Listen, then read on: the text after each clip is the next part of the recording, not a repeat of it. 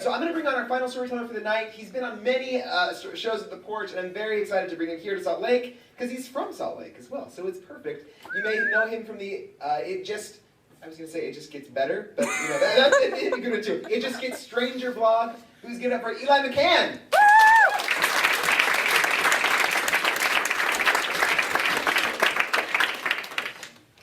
That would be a more uplifting game. If there was a name to this story, and maybe this ruins like part of the punchline, but if there was a title to this story, it would be, "And that's how I ended up naked at the airport." Again. That's only happened to me once, I'm not crazy. I've had, just to give a little bit of background, I've had like some bad experiences in my life involving locker rooms, and I'm not great at locker rooms, and it's my fault completely, because I decided several years ago that I was going to, anytime I traveled to any other country, I was going to try and visit their traditional bathhouse, because it seems like every country has like a traditional bathhouse, and I wanted to like experience like that part of the culture. And I don't know why, like some people like buy art or like hats or whatever, and I'm like, oh, bathhouse. And so and so a lot of my really terrible experiences in locker rooms happen because I'm in places where I have no business being, where nobody speaks the same language as me, and it has to do with the bathhouse. And I had once, several years ago, I was getting a massage at a bathhouse. It was like the weirdest massage I've ever had in my life, and like things were happening that, and this, it went on for like 10 or 15 minutes. It was like this very like smelly man.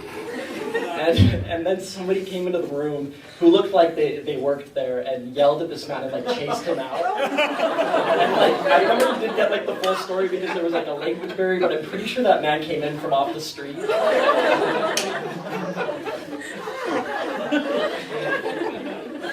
And then in my own country, in December, I was in the locker room at the gym that I attend regularly, and I was trying to save time, and I thought that I could. I was wearing several layers of shirts because it was cold. It was January, December, January, and I thought that maybe I could get all of the shirts off at once, and so I like tried to pull them off, and when I got up to here, they got stuck because they were too tight, I think, and I got stuck with all of my shirts like over my face, and then I like started spinning around and like, get momentum to get the shirts off, and I'm just stuck, and I'm hitting lockers and other people, and then finally at one point I overcorrected when I ran into somebody and stepped over the back of a bench and fell on the floor, and then like I couldn't get myself up because my arms were stuck like I was on a roller coaster, not the fun kind where they take a picture of you at the most exciting part, and so I'm rolling around on the floor like bare-backed and bare-stomached or whatever until finally like somebody like pulled me up, and then like several people pulled the clothes off of me like I was one of those people who lives at Downton Abbey and like that would So I've had like some bad experiences in locker rooms, and the thing is like that was like a pretty embarrassing one in December when that happened, but it like was not, unfortunately, not the most embarrassing experience I've had in the locker room, like even that year. Because in September, this last September, I had what might be like the worst experience of my life, having to do with locker rooms. I was about to move back to the United States of America. I had been living on this tropical island out in the Pacific, and it like sounds really nice, but actually it was just like living in a miserable steam room from hell for a year. And where I gained like 30 pounds because it was like too hot to exercise, and I just ate all the time because of sadness. And I was preparing myself to move back to the U.S., and I realized that this like trek back to the United States, I could plan several like long layovers at no extra cost in different cities in Asia. And I was like, oh, that'd be really exciting. I should do that. And I have no business going to Asia. I have no business going there. I'm not a responsible person, and I don't know anything about Asia. And I'm for sure not responsible enough to go figure out Asia on my own. And I'm aware, I'm self-aware, I know I'm not responsible enough. And my family, like, my parents, Bob and Kathy, are like really worried anytime one of their children tries to travel anywhere, me in particular. and they like send out like the bat signal, and they like try and stop us from going because Bob thinks that Osama bin Laden is going to kidnap me and like convert me to communism. and Kathy is 100% sure with every fiber of her being that the plane is going to crash into the ocean. Every time. Like even if you're not flying over the ocean, she's like, it's going to crash into the ocean.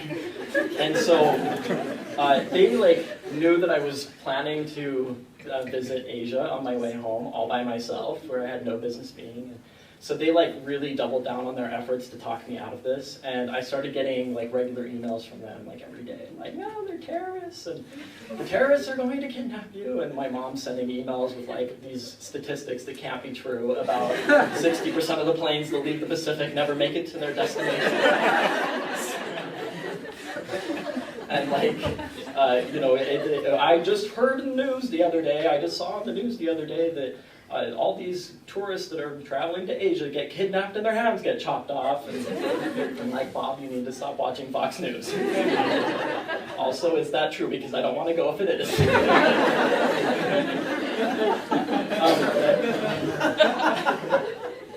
Finally, I got an email from my mom, and it was a very long email with like a lot of different things in it, like mostly about like, why aren't you married, and you're a disappointment.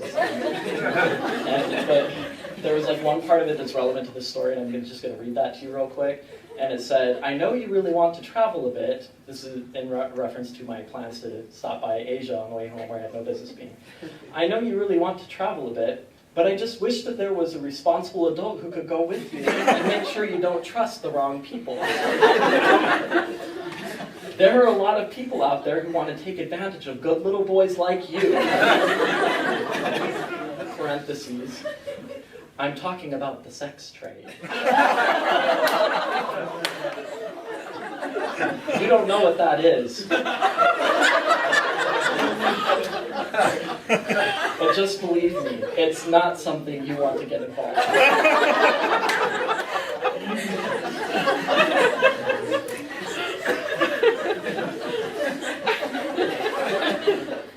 Like, Kathy has always been very confused.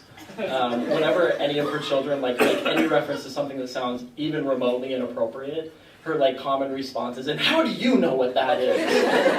Like, I can remember being like 17 and saying, like, making a reference to marijuana, and how do you know what that is? I don't, Mom. I don't know what any of this is. And probably I know what a lot of inappropriate things are, because when we were kids and we would go to movies and like the inappropriate part would come and our mom, like Kathy, would like reach over to cover our eyes, she would do it like this. And so she thinks that we like missed out on all the inappropriate things. We actually saw all of it. Amazing how many inappropriate things there are in the Care Bears movies. But so I got this email from my mom, and I was like actually really bugged at this point, because now like we had gone past terrorists and the plane crashing into the ocean, and now we were at a point where Mom thinks that I am like totally incompetent. I don't know how to trust the right people, and I'm going to get sold into the sex trade, which, by the way, she still has never told me what that is. And so I was like a little bit bugged, and like I have like some things to say to her, like Kathy, if that's even your real name. Like, I might be extremely irresponsible and like maybe have no business going to Asia, but like I am competent enough to travel there and not get sold into the sex trade. Like, I'm pretty sure, and I'm good enough for that. And so, but in any event, terrorists, sex trade, whatever else, it didn't matter. I had planned to go stop by Seoul, Korea. That was like my first destination. And I only had like a 17-hour layover there. I mean, how much trouble can you get in a 17-hour layover? So I get to Seoul, Korea, really excited to be there. And the only thing that I really wanted to accomplish during the 17-hour layover was to go to a Korean bathhouse. Because why not? You know, and so I kind of wandered around Seoul, and I looked for a bathhouse, and I couldn't find one because I'm not responsible enough, and maybe like slightly incompetent, but I couldn't find one. But I had read that there was one at the airport. And who doesn't want to go to a bathhouse at the airport? And so I was like, you know what? I'll just go to the one at the airport. So with just a few hours left of my layover, I returned to the airport, and I went and found this bathhouse there.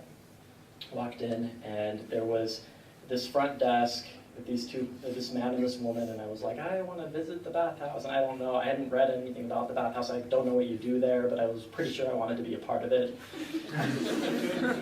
I was like, can I visit can I, come in? And they didn't speak a word of English, and I didn't speak a word of Korean. Well, no, I spoke 2 words of Korean, but one of the words was hello, and the other one was a really naughty word that I don't even know how I learned it.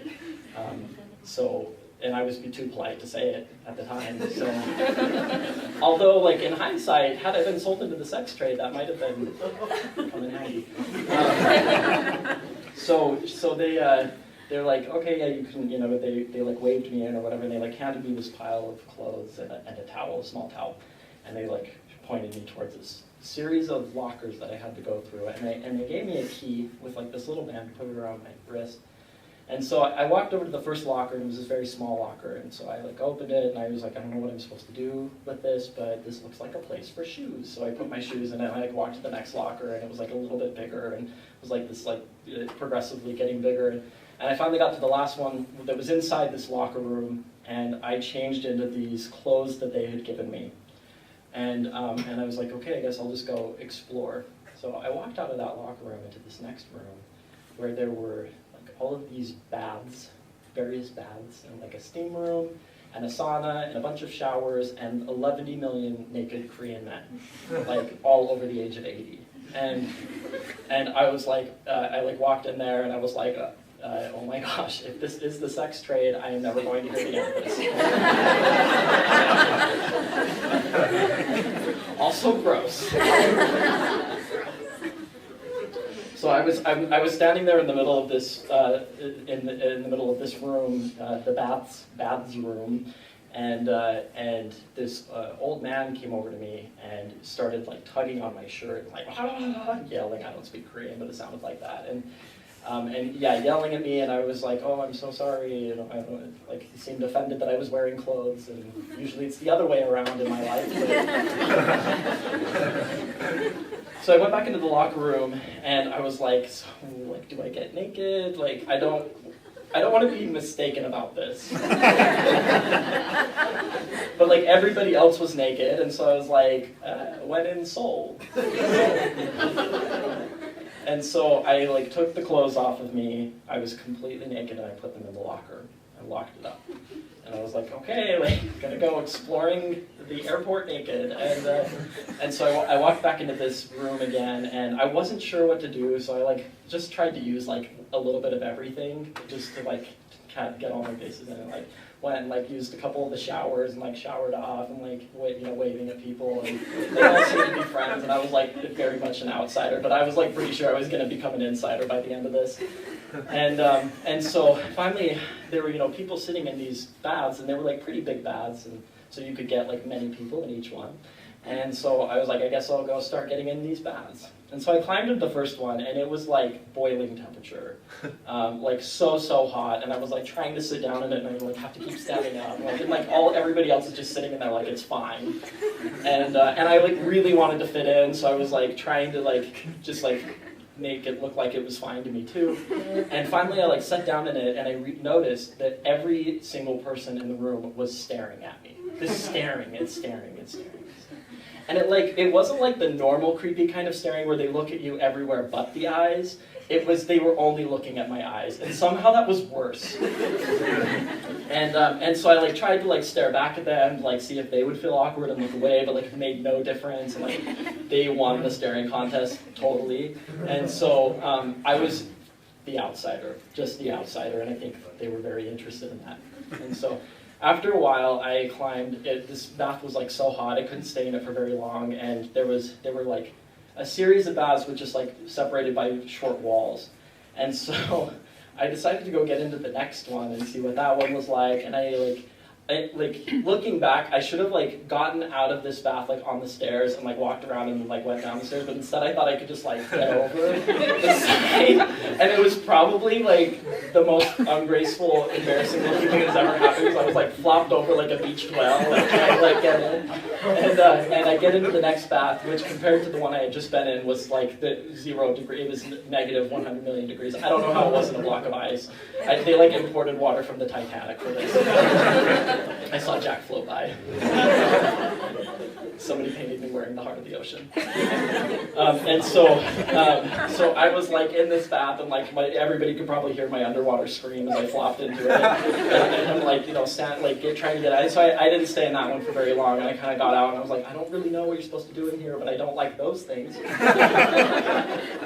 So now I'm just standing completely naked back in the center of the room again. Like, how long are you supposed to stay here?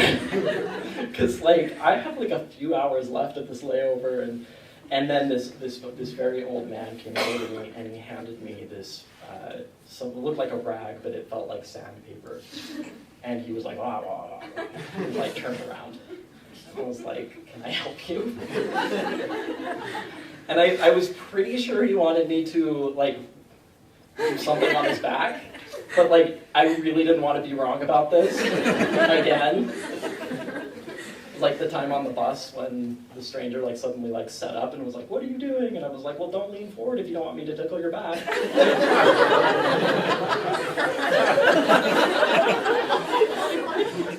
Signals. And so I was like standing there and I was like, "What?" And he's like, "Ah," and I was like, "I don't want." So I decided to go for it. And so I like started kind of like wiping his back down. We're like both of us naked, and like everybody's still staring at us. And wiping his back down, and like, so, do you come here often? How about the Yankees this year? Even though I knew he couldn't understand me, and I don't know anything about the Yankees this year. And I like did this for a couple of seconds, and then he's like, oh, and he like turned around, grabbed the rag for me, and he like turned me around, and then he like proceeded to tear all of the skin off of my back. And I was like, still getting stared at by everyone. And he like finished and like poured water on me, and then he like turned back around, he's like, I was like, okay, buddy. Got it. So I like started scraping his skin off his back, and like everybody's staring at us, and I think like at one point I turned to everybody and was like, this is the weirdest layover I've ever had.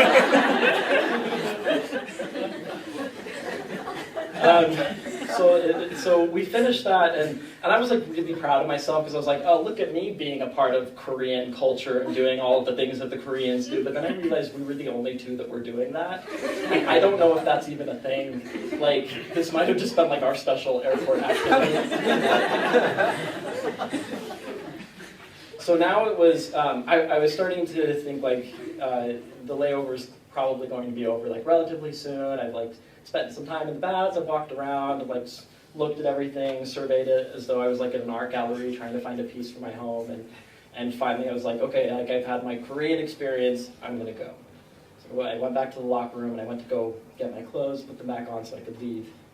And I get to the locker and I realize the key from my wrist is gone. And I was like, this like panic like ran through me. I was like, what do you do? What do you do when you lose a key? I don't have a towel because my towel is in the locker. Nobody has any towels because their towels are in their locker. I can't communicate with anybody, and I hadn't seen an employee of this place in like hours. I don't think they come into the that area, and so I was like, okay, I lost my key. It has to be somewhere between here and that other room where all of those things happened. And so I was like, now like there was like a deadline because my flight was going to leave, and I really didn't want to miss my flight because I was naked. And so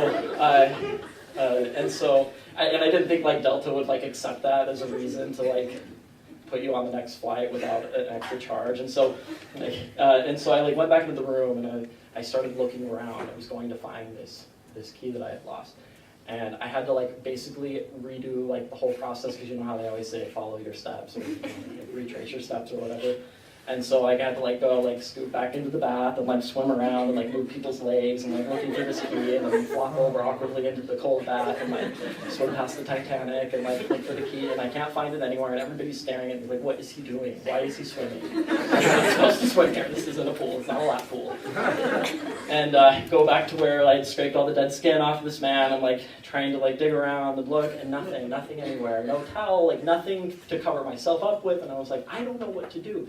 Because I'm going to have to eventually like go out and find somebody, but I'm not wearing clothes, and so like that's a hard thing to do. But I was getting worried that I was going to miss my flight, and so finally I had searched for like this key. I like looked for like an hour for this key.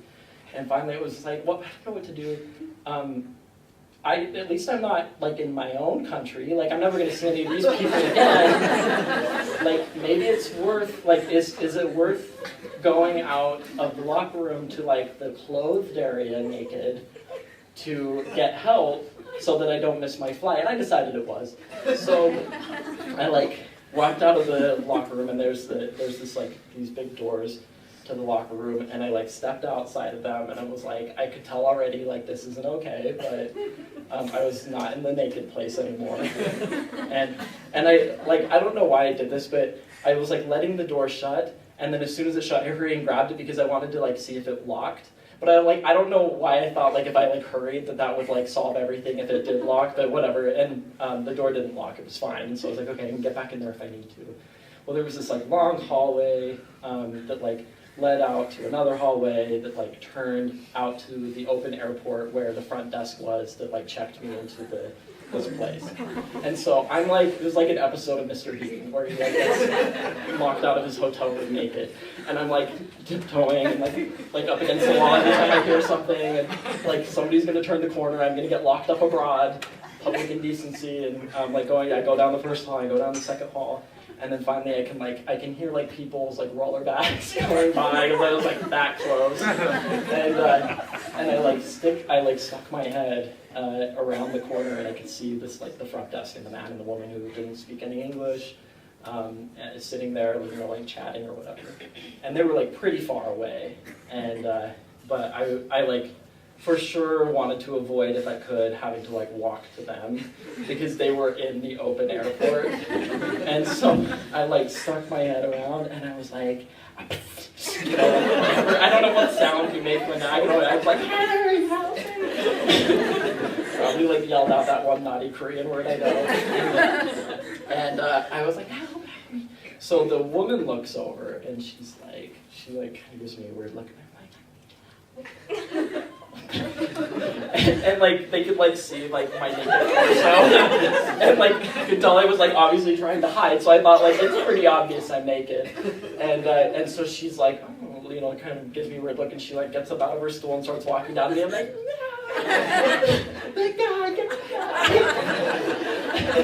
So I don't know why I cared, but and so she's like, okay, and they're kind of like, they look like really confused, and so she's like, well, go help him. And so he like comes walking down, he's kind of looking at me weird, and my head's like stuck out, and he comes and he turns the corner and he's like, surprise. This doesn't happen for them every day. And he's like, and he like kind of like is pointing like he went to the wrong place, like this isn't where you go. So he like follows me to the locker room, and I go to the locker, and I like point at the locker, and I'm like,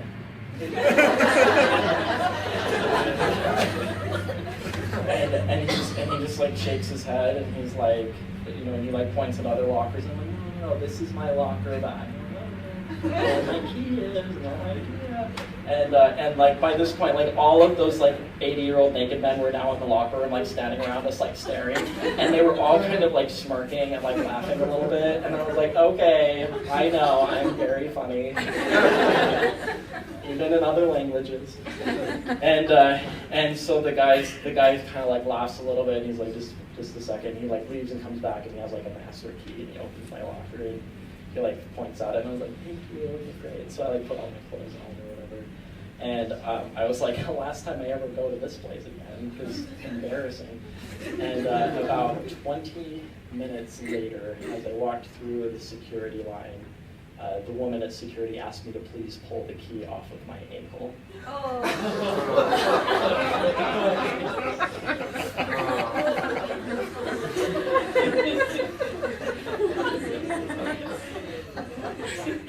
And I just wondered ever since if everybody knew